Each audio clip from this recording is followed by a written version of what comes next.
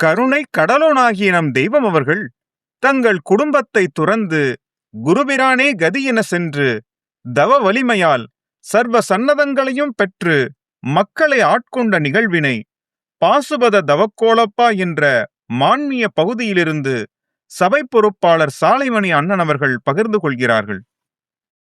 அந்த காராறுமேனி நேராறுமற்ற ஆறான நாட்டு பேரான பெம்மான் மணிவாணி மன்னன் தணிகாசல அன்னர் அவர்களை சந்திக்குகின்ற ஒரு நிகழ்வு நடக்குகின்றது. இந்த தருணத்தை நம் தெய்வம் அவர்கள் மிக அழகாக நடந்த நிகழ்வு நிறையா இருக்கிறது. நான் அந்த இதுக்குள்ளே செல்லலை. இப்போ நான் போகிற சப்ஜெக்டே வேறு. அவர்களை கண்டதும், ஏன்னு சொன்னால் காலகாலமாக கண்டு ஏமாந்தவர்கள் அல்லவா, அவர்களை கண்டார்கள்.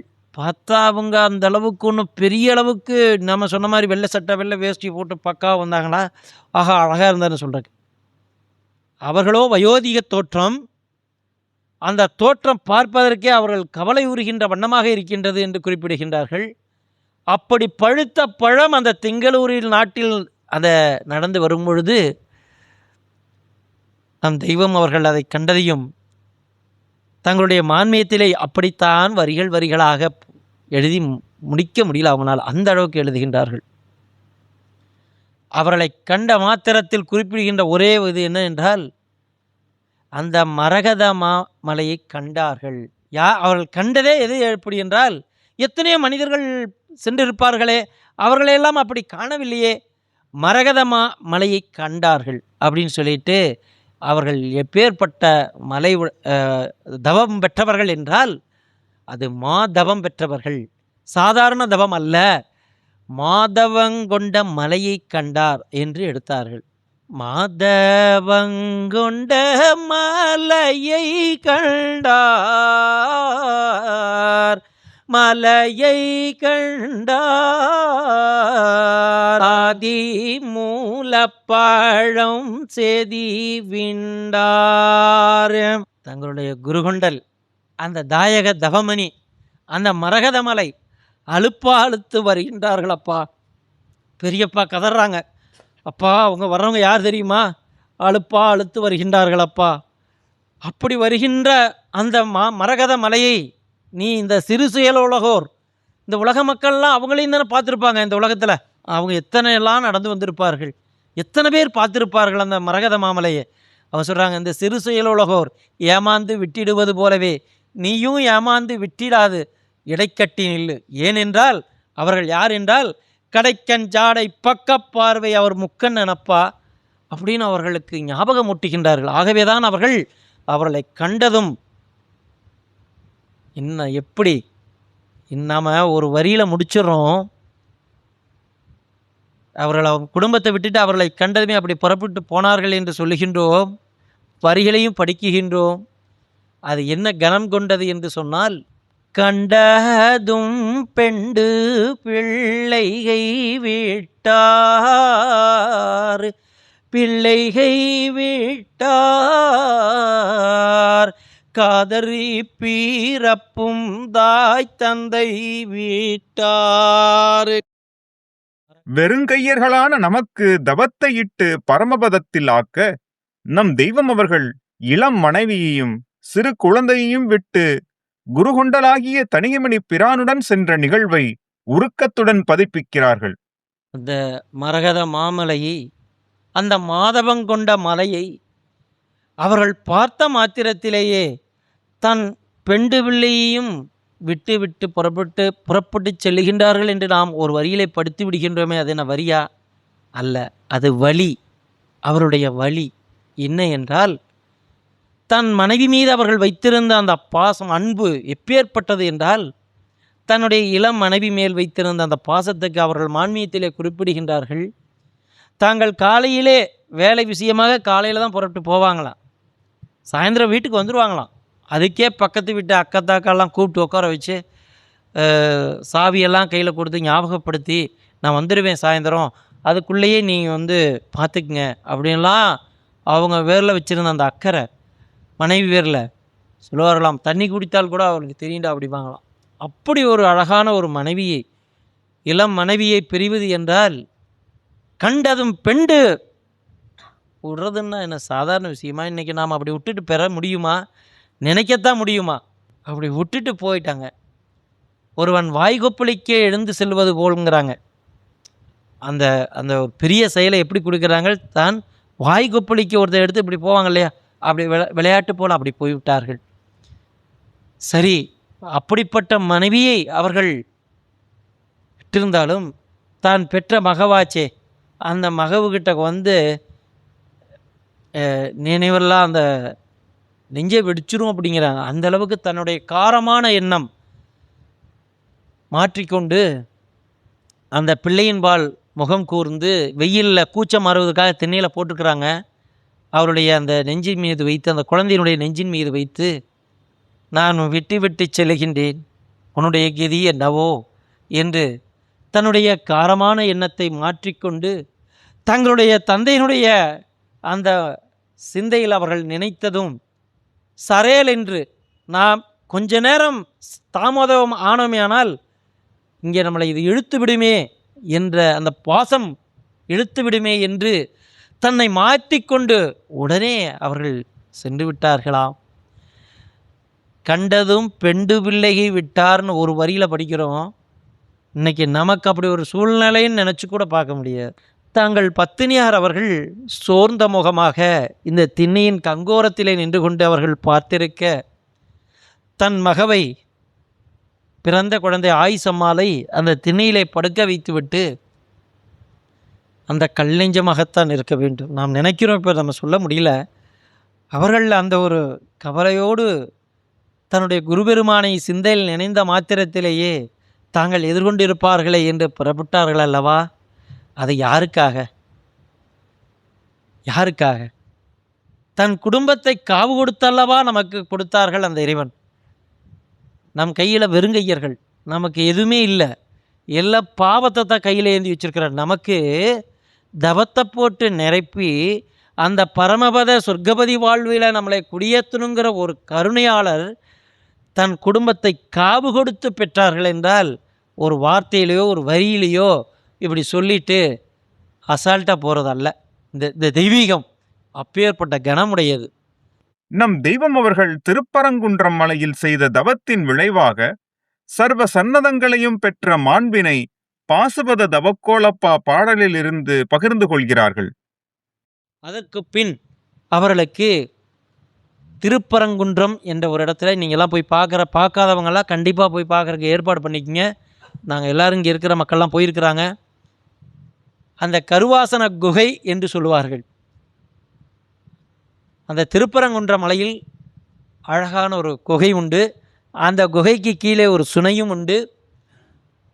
நம் தெய்வம் அவர்களுக்கு பாட்டையர் அவர்கள் உத்திரவிட்டபடியே அந்த குகையை நோக்கி சென்று அன்ன ஆகாரமின்றி பலகாலம் கடுந்தவம் பூண்டு விட்டார்கள்.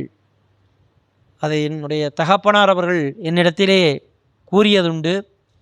தெய்வம் அவர்கள் தங்களுடைய திருக்கரத்தை எடுத்து, டேய் இதை பாரடா என்று என் தகப்பனாரை இதை பிடிக்க சொல்லிவிட்டு, இது எப்படி ஆனது தெரியுமாடா என்று அவர்கள் அந்த ஒரு கவலை தோயச் சொல்லுவார்களாம்.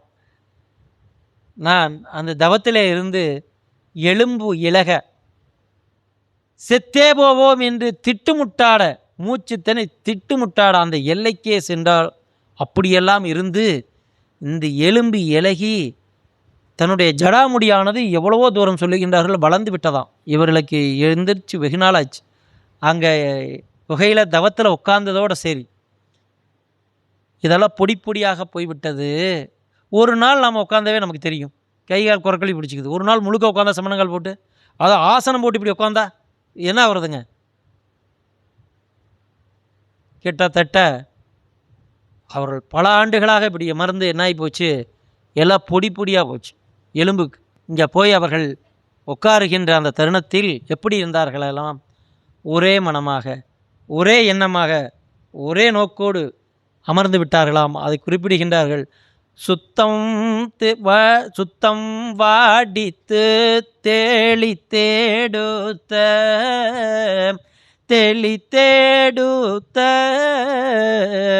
ஒத்தை மானம் பாடை தூன்றி நின்றார். இப்போ சாதாரண நம்ம இந்த இப்போ இங்கே இதில் குடியிருக்கிறோன்னா வெளியே ஒரு வராண்டா போட்டிருந்தீங்கன்னா அதில் வெயில் அடிச்சுன்னா உள்ளே நமக்கு அனல் வருமா வராதா? அப்போ பாறையில் அடிக்கிற அனல் எப்படி வருங்க அவங்க உள்ள? அதே மாதிரி மழை பெஞ்சாலும் அங்கே அடிக்கிற சாரல் உள்ளே வரத்தான் செய்யும். இதென்ன கேட் போட்டிருக்காங்களா இல்லை பில்டிங் கட்டியிருக்காங்களா? இல்லையே. அது மட்டுமல்ல, பனிக்காலத்தில் நினச்சி பாருங்கள், அந்த குளிரில் வெறும் தேகத்தோடு உட்கார்ந்திருக்கின்றார்கள் என்றால் எத்தனை ஆண்டு காலம். அதை குறிப்பிடுகின்றார்கள். ஊன்றி நின்றவர காலம் ஒரு மழை பனிவை தோன்றா. அந்த ஒரு மழை பனி வெயில் எதுவும் தோன்றா. ஆண்டைய நோடொன்றாய ஆன்மலோகத்திரே பாய்ந்து. ஏனென்றால் அவர்கள் ஏறுகின்ற அந்த தவமானது எப்பேற்பட்டதென்றால் கூண்டுடை தவத்தங்கேரி. ஆனால் ஒரு நாளா 2 நாளா அப்படி அல்லப்பா. கூண்டுடை தவத்தங்கேரி கோடிவல் கோடிகாலம் ஆண்டரும் விதியும் தாண்டி அகம் பிரம்மத்து ஊன்றி நாரே.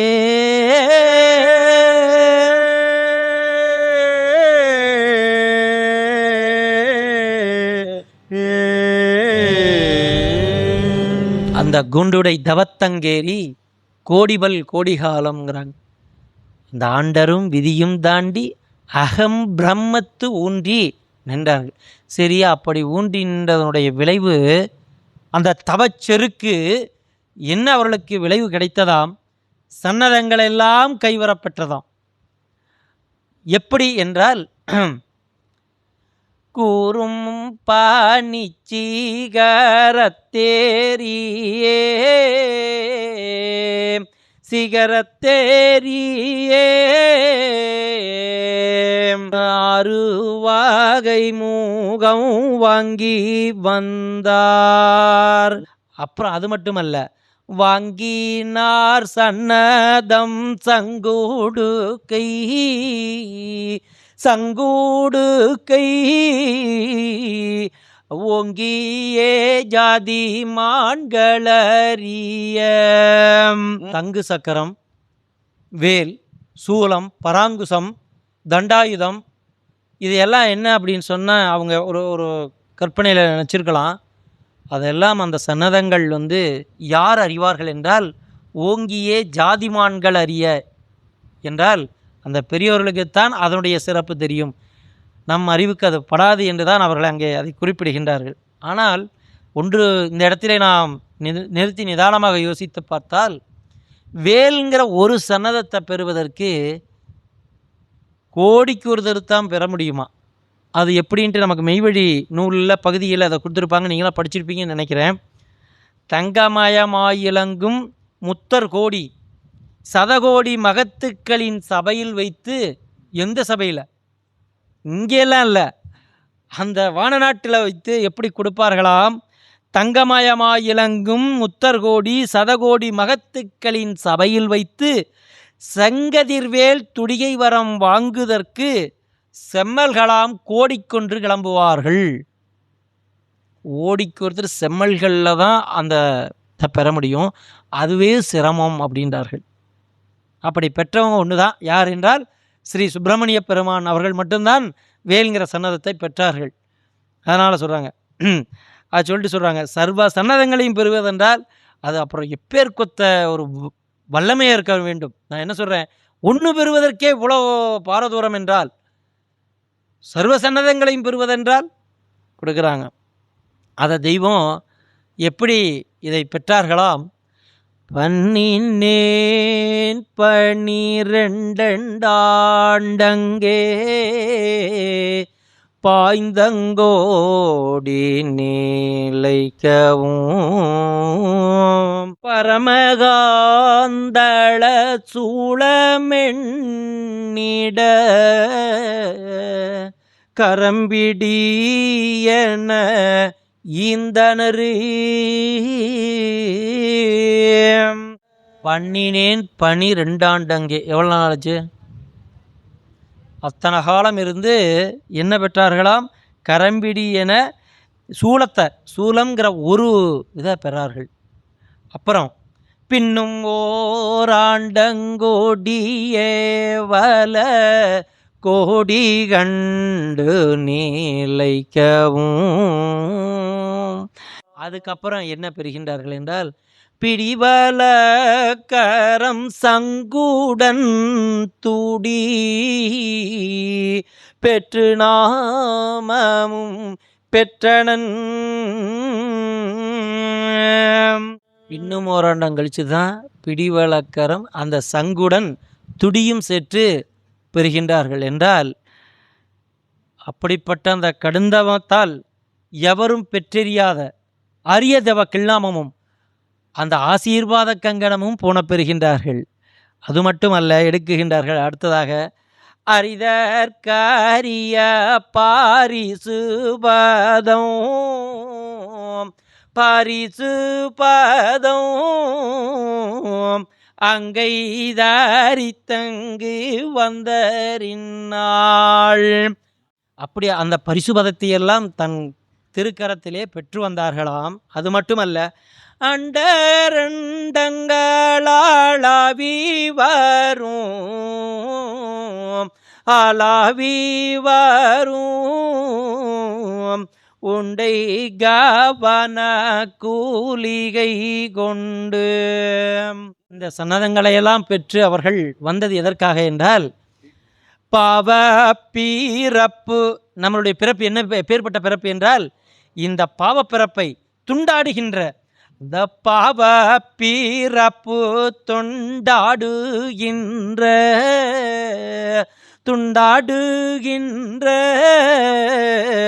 இந்த பேரருளாயுத மும்புனைந்து.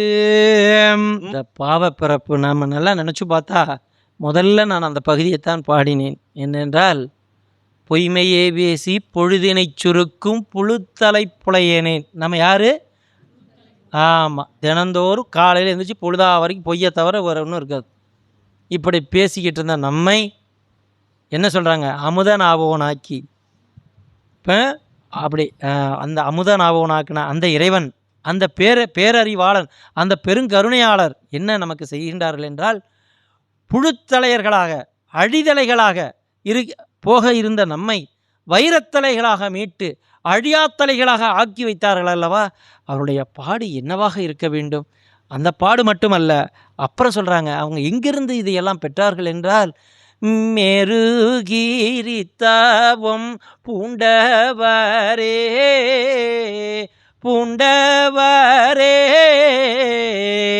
யாருக்காக அவர்கள் இறங்கி வருகின்றார்கள் என்றால், இந்த மேதினி மக்கட்கு இறங்கி வந்தார். காமத்தில் உழண்டுக்கிட்டு பொருளாச வீதியிலேயே அலைந்து கொண்டிருக்கின்ற நம்மீது அவர்கள் இறக்கப்பட்டு அந்த மேருகிரித்தவம் பூண்டவர் நமக்காக இறங்கி வந்தார்களாம். அப்படி இறங்கி வந்த காலத்தில் மேருகிரி தவம் பூண்ட நம் தெய்வம் அவர்கள் மக்களுக்காக இறங்கி வந்த நிகழ்வினை குறிப்பிடுகிறார்கள். அவங்க குறிப்பிடுறார்கள், அப்படி இறங்கி வந்து இவனுக்காக நான் என்னுடைய குடும்பமெல்லாம் காவு கொடுத்தது ஒரு பக்கம் இருந்தாலும், இந்த தலைகளை அழியா தலைகளாக ஆக்க வேண்டுமே, மனுத்தலைகளை. இவன் மனிதன் எந்த வேதத்தை கொண்டு முன்னால் நிரூபிக்க முடியாது, மனிதன் சாக பிறந்தவனல்ல என்று பறைசாற்றுகின்ற எந்த ஒரு ஞானிகளாவது இருந்தார்களா? நேரடியாக கேட்டார்களே. அவர்களிட்டிருந்து அந்த மிதமிஞ்சின அந்த தவம், அதனால அல்லவா அந்த தைரியமாக கேட்டார்கள். அவங்க சொல்கிறாங்க, அப்படி நான் வந்து இந்த மக்களை அழைக்கிற காலத்தில் கேள்வி, தர்க்கம், விவாதம் என்ன அதாப்பா அப்படி நடக்குமா, இப்போ இருக்குமா, என்ன நீங்கள் என்னமோ தெரிஞ்ச ஒரு ஆட்டம் பேசுகிறீர, என்ன தெரியாது. அதை என்ன அழகாக எடுக்கின்றார்கள். அழைத்திடும் காலம் தன்னில் அவர்கள் வந்து அழைக்கின்ற அந்த அழைத்திடும் காலம் தன்னில் அருளுண அறியா மக்கள், அருளுணவு அறியா மக்கள் விளைத்தனரி கேள்வி தர்க்கம். என்ன பண்ணாங்க? கேள்வி தர்க்கம். அதுக்கெல்லாம் மெய்வழி கைலையானந்தர் போல எத்தனையோ பேரை என்னால் நான் குறிப்பிட முடியும். என் தகப்பனார் முதற்கொண்டே குறிப்பிட முடியும். அவரிடத்தில் அந்த கேள்விகளை கேட்பதும் தர்க்கம் பண்ணுவதும் சாதாரணமாக ஒவ்வொருவரும் வந்துவிட. கைலையானந்தர் என்பவர் உங்களுக்கெல்லாம் தெரியாமல் இருக்கலாம். மிகப்பெரிய ஒரு லாயர். அவங்க வந்து ஈவரா பெரியாருக்கு அடுத்த ஸ்தானத்தில் இருந்த சோமசுந்தரம் பிள்ளை தீக்காவில் மிகப்பெரிய ஒருத்தர். அவர் சாமியே இல்லைங்கன்னு உடைச்சி கொண்டு வந்தவர். நம் தெய்வத்திடம்தான் வந்து அந்த அண்ட சராசரங்களையும் தனக்குள் காட்டி அருளின பிறகு கதறி கதறி அவர்தான் அழுதார், அவர்தான் பெற்றார். கடைசியில் இந்த மெய்வழிக்கு அவர்தான் பிரசிடெண்டாகவும் இருந்தார். அவர் கேட்ட கேள்விகள் எல்லாம் எப்படி இருக்கும் என்றால், ஒரு தீக்காக்காரர் கேட்குறாருன்னா எவ்வளோ நக்கலும் ஐயாண்டியும் கேலியும் கிண்டலும் இருக்கும். என்னமோ தெய்வத்தை காட்டுவீங்க, சென்ம சாமியெல்லாம் காட்டுவீங்களாமே சொல்லிக்கிட்டாங்க. இப்படி கிண்டலாக அவர்களை வந்து சாதாரணமாக அல்ல, அவரும் மிக படித்த லாயர் அல்லவா, அவரை மிதமிஞ்ச முடியாது, சும்மா ஒரு ஏமாற்றி பேசி விட முடியாது. அதனால தான் அவர்கள் சொன்னார்கள், நீ பார்க்க தயாரா, நீ பார்க்க தயாரா, அந்த இறைவனை காட்ட நான் தயார், நீ பார்க்க தயாரா என்றார்கள். அப்போவே அவருக்குள்ள ஒரு பயம். என்ன என்றால், என்ன இதுவரைக்கும் எந்த சாமியார்ட்டும் போனால் அப்படியே நழுவிட்டு பேசிட்டு விட்டுருவானே, இந்த சாமியார் என்னமோ பார்க்க தயாராங்கன்னா என்ன தான் பார்த்துலாமான்னா, இந்த பெரியார் கட்சியில் என்னென்னா ஒரு முரட்டுத்தனம் உண்டு. எங்க காட்டு, நான் பார்க்குறேன், பார்க்கலையா அப்படின்னு. அப்புறம் அவருக்கும் அந்த தீட்சா நடந்து கதறி அழுகின்றார். நான் அப்போ தான் அதை முதல்ல அவர் தான் பாடுறார். சுயம் பிரகாச நித்யானந்த பிரம்மஸ்வரூபத்தினை அறியாது அஞ்ஞானமெனும் திமிரத்தால் குருடாயிருந்த என்னுடைய கண்களை ஞானமெனும் அஞ்சனா சலாயால் திறந்த தேசியேந்திரரே, தேவரீருடைய திவ்ய திருவடி கமலங்கட்கே நமஸ்காரம் சாஷ்டாங்கமாக விழுந்தார் தெய்வத்துக்கிட்ட. இறைவா, நான் உங்களை என்னென்னமோலாம் நான் பண்ணிட்டேனே, உங்களை என்னென்னமோ நான் நினச்சிட்டேனேன்னு சொல்லி அவர்கிட்ட விழுந்து அவங்கள்ட்ட ஆசீர்வாதம் பெற்று நம்ம தெய்வத்துக்கிட்ட அவங்க வந்து சரணடைஞ்ச ஒரு பெரிய செயல் இருக்குது. அது தினமலரில் அவரை பற்றி ஒரு பெரிய ஹிஸ்ட்ரியை போட்டிருக்காங்க. வெள்ளைக்காரம்பிள்ளை அவர் வந்து தாதா சாஹிப் விருது பெற்றவர், சாதாரணமானவர் அல்ல. அப்போ அவர் கேட்டிருக்க கேள்வி எப்படி இருக்குன்னு தெரியுமா? தெய்வம் சொல்லுவாங்க, நான் ஒவ்வொரு தலையும் சேர்ப்பதற்கு என் தமர் விழுந்திருக்கின்றது என்றார்கள். என்னுடைய நெஞ்சிலே, என்னுடைய இதயத்திலே ஒவ்வொரு தலைகளையும் பேசி இங்கே கொண்டு வருவதற்கு எனக்கு தமர் விழுந்தது என்றார்கள். சாதாரணமாக நீங்கள் ஒரு தலையை கொண்டு வந்து பாருங்க, அப்போ நமக்கு தெரியும். அருளுணவு அறியா மக்கள் என்ன சொன்னாலும் ஏறாது. அப்படியே வந்தாலும் கொஞ்ச நாள் இப்படி வேடிக்கை பார்த்துட்டு எனக்கு இது என்னமோ புரியலேன்ட்டு போகிற கூட்டம். நின்று வைராக்கிய சித்தமாக இதை என்னன்னு பார்க்கக்கூடிய மக்கள் அல்லவே என்று கதறுகின்றார்கள்.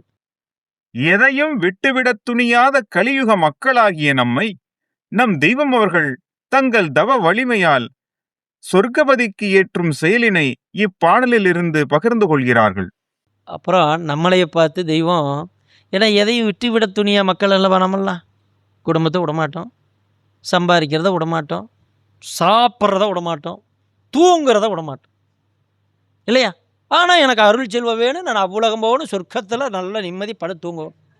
ஆமாம், எனக்கு நரகம் வேண்டாம். ஆமாம், ரொம்ப அதெல்லாம் கேட்க தெரியும். நாம் என்ன செய்தோம்? அப்படியெல்லாம் தெய்வம் இருக்கிற சட்டம் வரைக்கும் என்னென்னா, காவு கொடுத்து பெறுகின்றதான் ஞானம். எல்லா பெரியோர்களும் ஞானிகளும் சித்தர்களும் முத்தர்களும் காடு மலைகளில் தவம் இருந்து பெற்ற அந்த மெய் முதலை நமக்கு இனாமாக தெரிகின்றதால் நமக்கு அதனுடைய கணம் தெரியவில்லை என்று கவலை உறுகின்றார்கள் தெய்வம் நிறைய இடத்துல. அதை வந்து ஆனால் அவங்க தாம் பிள்ளைகளை எப்படி வச்சுக்கிட்டாங்களா, தான் வந்து குடும்பத்தை விட்டு போய் பெற்றிருந்தாலும் தன்கிட்ட வர பிள்ளைகளை என்ன தெரியுமா சொன்னாங்க? போய் கல்யாணம் பண்ணிட்டு வா, கல்யாணம் பண்ணிட்டு போய். இல்லை சாமி, நான் கல்யாணம்லாம் பண்ண மாட்டேன். அப்போ உனக்கு ஞானம் இல்லை, போ. பொண்டாட்டி வச்சு வாழாதவனுக்கு எனத்துக்கிட்ட உனக்கு ஞானம் போடணும். இப்படி என்ன வித்தியாசமாக சொல்கிறாங்களேன்னு பார்த்தாங்க. இந்த உலகத்தில் துணிந்து இல்லறமன்று நல்லறமன்று இல்லறத்தில் இருந்து கொண்டே இந்த மெய்யானத்தை பெற முடியும் என்று மாறுதட்டி சாட்சி வைத்து நம் தெய்வம் நம்மளை ஆக்கினார்கள். அதைத்தான் குறிப்பிடுறாங்க. அவங்க என்ன சொல்கிறாங்கன்னா, எதுவும் விட்டுவிட துணியா மக்களுக்கு கூட ஒரு அவங்களுடைய அந்த தவச்செருக்கால் என்ன சொல்கிறது, அவங்களுடைய தவ வல்லபத்தால் இப்போ ஒரு பந்தை அப்படி எத்தி ஒருத்தவங்க மேலே போயிடுது இல்லவா, அப்படி சொல்கிறாங்க. ஒரே எத்து அவனை அந்த மேலோம்ப பதவியில் கொண்டு நான் ஏற்றி வைக்கின்றேன். என்னுடைய தவம் அவ்வளோ திமுதிமுத்து நான் வைத்திருக்கின்றேன். நீங்கள் என்னிடம் சொற்பிரலாதவனாக மட்டும் நடந்தால் போதும் பிறவியரே. அவர்கள் என்ன கனிவு கொண்டு கேட்க வேண்டும்? என்னுடைய சொற்பிரலாதவனாக நடந்து கொண்டால் மட்டும் போதும். நாம் உண்மை அந்த அந்த மேருகிரி தவத்திலே கொண்டு போய் உங்களை நான் நிறுத்த என்னால் முடியும் என்று கதறுகின்றார்கள். அதான் சொன்னார், எத்திய எத்தாதே எத்தாதெல்லாம்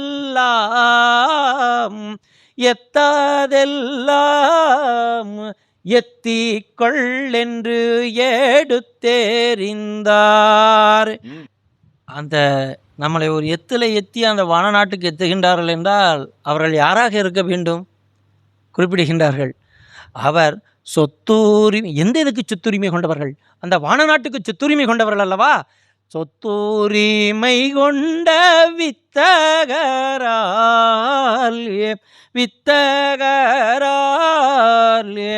சொர்க்கவாதி போய் சேர்ந்தரும்.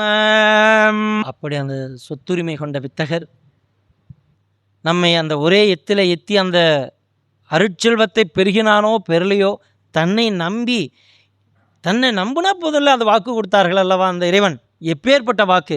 என்னை நம்பினவேற்கெல்லாம்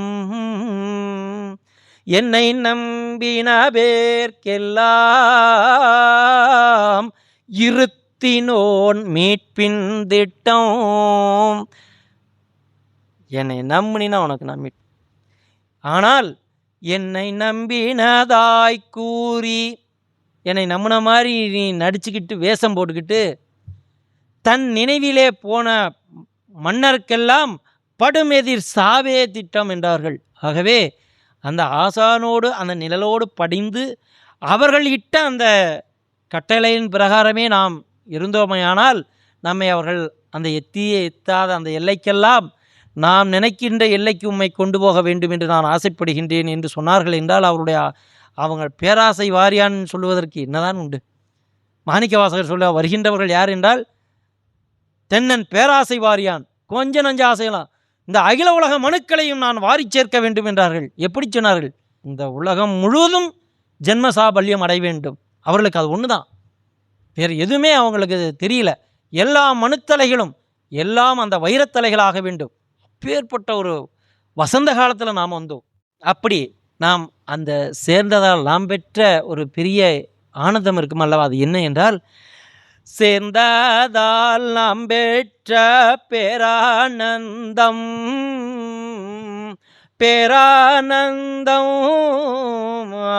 செப்பத்தோலையாத ஒப்புதுமை. இப்படியெல்லாம் அவர்கள் மேருகிரி தவம் பூண்டு இரவு பகல் வாராது தன் குடும்பத்தை காவு கொடுத்து தன்னுடைய இளம்பு இலக இந்த மெய் சொத்தை சம்பாதித்து கொடுத்த அவர்கள் எப்பேற்பட்டவர்கள் என்றால், அதை எப்பேற்பட்டவர்கள் முதல் நாம் தெரிஞ்சுக்கணும். அப்படியெல்லாம் பண்ண அவங்க யார் அப்படின்னு சொன்னால், நாம் நினைக்கிற மாதிரி அல்லவா எல்லா பெரிய பாரவான்களும் தான் கண்கொண்டு தான் தீர்க்க தரிசனத்தின்படி எதிர்பார்த்தவர்கள். அதை எப்படி சொல்லுகின்றார்கள் என்றால், மகத்து எல்லோரும்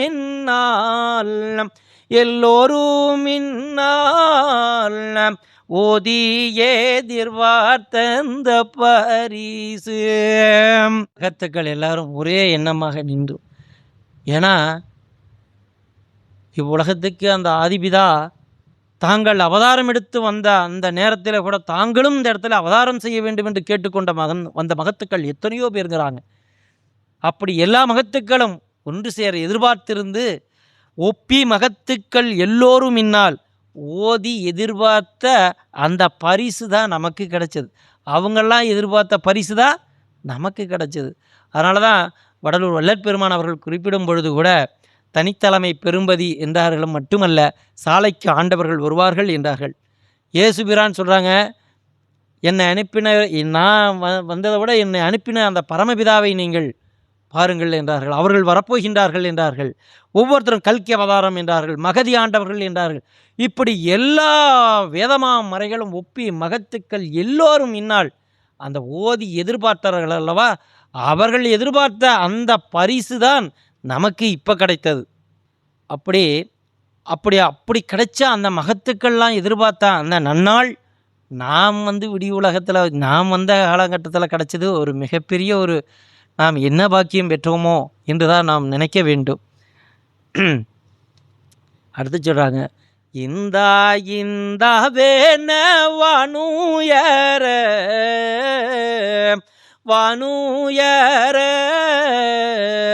தெரியழைக்கின்ற நலையிலே.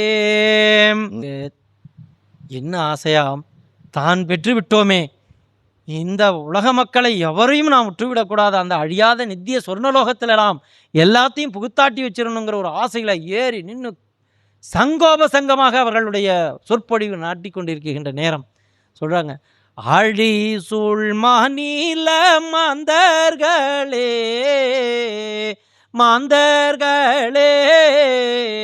ஆகும் கீரேதாயுக வாழ்விலே. அந்த ஆழிசூழ் மாநில மாந்தர்களை எல்லாம் அவர்கள் கூவி அழைக்குகின்ற அந்த தருணத்தை இன்னொரு பாடல்களே அழகாக கொடுக்குகின்றார்கள். வாரும் உலகீரே செயற்றுரை, இதை கேட்டு தேரும் புவியோரே. என்ன சொல்கிறார்கள் என்றால், வாரும் உலகீரே, என்னுடைய உரையானது செயல் உரை, செயற்றுரை, அதை கேட்டு தேரும் புவியோரே. அது எப்படி என்றால், அந்த அவர்கள் கொடுத்த அந்த வாக்கு எப்பேற்பட்டது என்றால், வரும் ஒரு பெருமொழி. எப்பேற்பட்டது? வருகின்ற அந்த மொழியானது வரும் ஒரு பெருமொழி குரு நெறி முறை வழி. வரும் ஒரு பெருமொழி குரு நெறி முறை வழி. அது எப்படி ஆக்குதாம்? வரும் ஒரு பெருமொழி குரு நெறி முறை வழி திருவளரிரையருள் பெருக பெருக நீதம் வாரும் உலக. அப்படி அழைக்கிறார்கள். என்னென்றால், அப்பா இது டெய்லி பெருகக்கூடியது, விளங்குமென்ற ஞான சபை மலர்ந்து போங்க என்றார்கள். அப்படி வந்த ஆழிசூழ் மாநில மாந்தர்களே ஆகும் கிரேதா யுக வாழ்விலே வாருங்கள் என்றார்கள். அது மட்டுமல்ல, வாரும் அப்புறம் அழைக்கிறாங்க, வாரும் வாரும் ஜீவ முத்தரசரே முத்தரசரே வான்வாளரி சாலை கோடி நீழற்கே. ஜீவமுக்தர் ஆவதற்காக இந்த சாலையும் பதிற்கு வாருங்கோ என்று அழைத்து வந்தது யார் என்றால், மெய்யாக மெய்யாக வெமேசையா வெமேசையா வந்ததெங்கட்கு வசந்த மீதே. அதுபோல நமக்கு கிடைச்ச மிகப்பெரிய ஒரு வசந்த காலத்தில் நாம் அனைவரும் வந்திருக்கிறோம் என்று கூறி, இதுவரைக்கும் நான் எனக்கு கொடுத்த அந்த இறையருள், அந்த தெய்வம் நமக்கு எல்லா சீரும் சிறப்பும் வளதனைத்தும் நமக்கு கொடுத்தேற்றிய அந்த வானவள்ளல் அவர்களை புகழ்ந்து பாடுவதற்கு எனக்கு கிடைத்த இந்த நேரத்தை நான் மகிழ்ந்து போற்றி எல்லாம் நம்முடைய தெய்வத்துக்கு பாதகாணிக்கையாக சமர்ப்பிக்கின்றேன். நமஸ்காரம்.